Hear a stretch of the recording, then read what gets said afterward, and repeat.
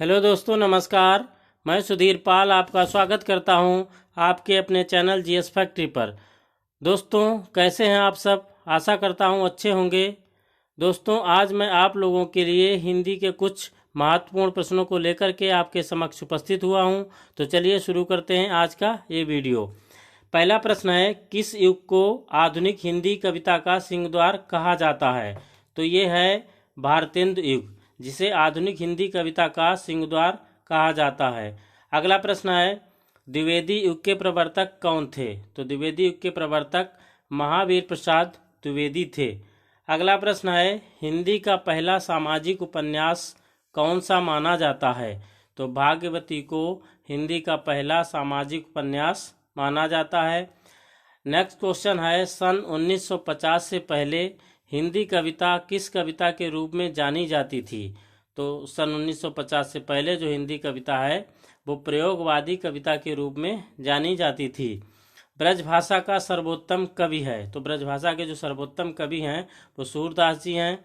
अगला प्रश्न है, आदिकाल के बाद हिंदी में किस साहित्य का उदय हुआ? तो आदिकाल के बाद हिंदी साहित्य में भक्ति साहित्य का उदय हुआ।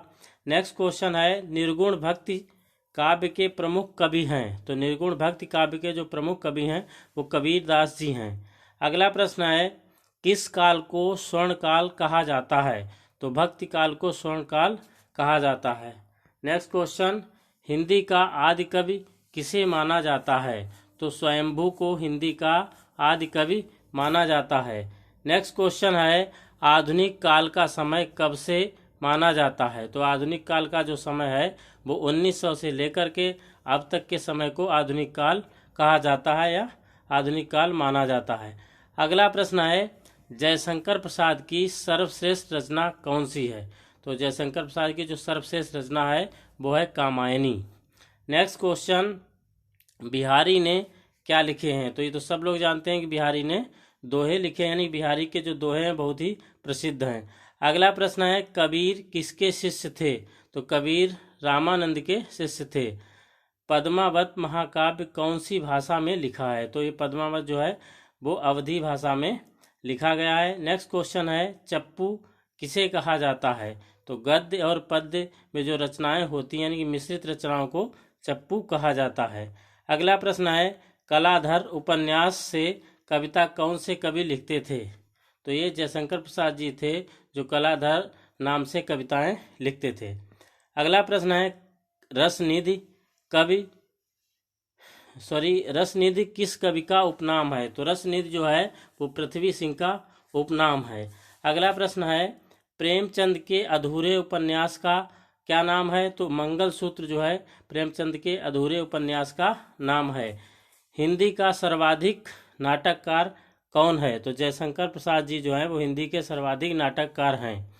अगला प्रश्न है, तुलसीकृत रामचरितमानस में कौन सी भाषा का प्रयोग किया गया है? तो तुलसीकृत जो रामचरितमानस है उसमें अवधी भाषा का प्रयोग किया गया है। नेक्स्ट क्वेश्चन है, एकांकी के जन्मदाता कौन है? तो एकांकी के जन्मदाता धर्मवीर भारती हैं।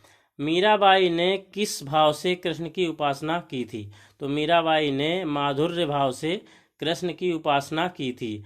रामचरितमानस का प्रधान रस है? तो रामचरितमानस में जो प्रधान रस है वो शांत रस है। सबसे पहले अपनी आत्मकथा हिंदी में किसने लिखी?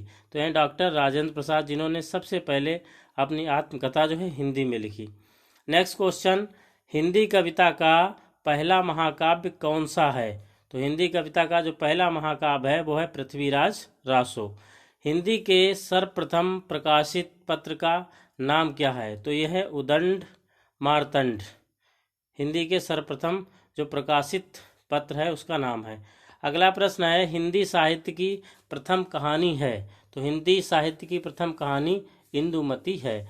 आंचलिक रचनाएं किससे संबंधित होती हैं? तो ये क्षेत्र विशेष से संबंधित होती हैं। नेक्स्ट क्वेश्चन है, पृथ्वीराज रासो किस काल की रचना है?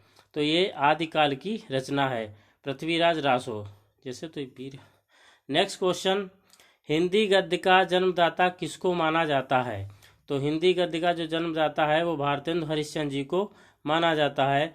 नेक्स्ट क्वेश्चन है, कवि कालिदास की अभिज्ञान शाकुंतलम का हिंदी अनुवाद किसने किया?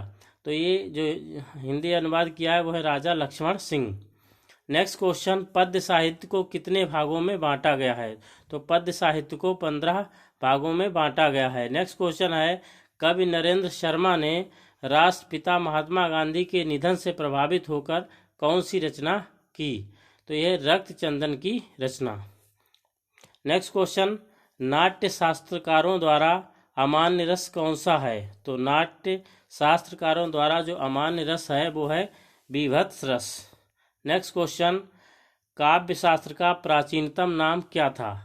तो काव्य शास्त्र का जो प्राचीनतम नाम था वो है अलंकार शास्त्र। नेक्स्ट क्वेश्चन, रीति संप्रदाय के संस्थापक कौन थे? तो ये थे आचार्य वामन। नेक्स्ट क्वेश्चन, हिंदी में काव्य शास्त्र के प्रथम आचार्य कौन है? तो यह केशव दास। नेक्स्ट क्वेश्चन है, साहित्य शब्द किस शब्द से बना है? तो ये बना है साहित्य शब्द से बना है, साहित्य।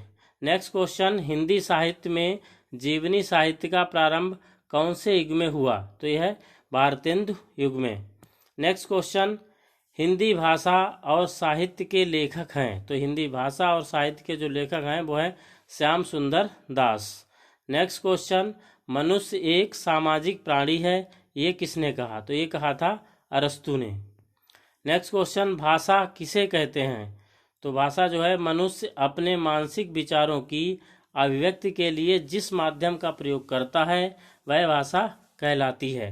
नेक्स्ट क्वेश्चन, भाषा शब्द की उत्पत्ति कहाँ से हुई? तो भाषा शब्द की उत्पत्ति जो है संस्कृत के भाष धातु से हुई है।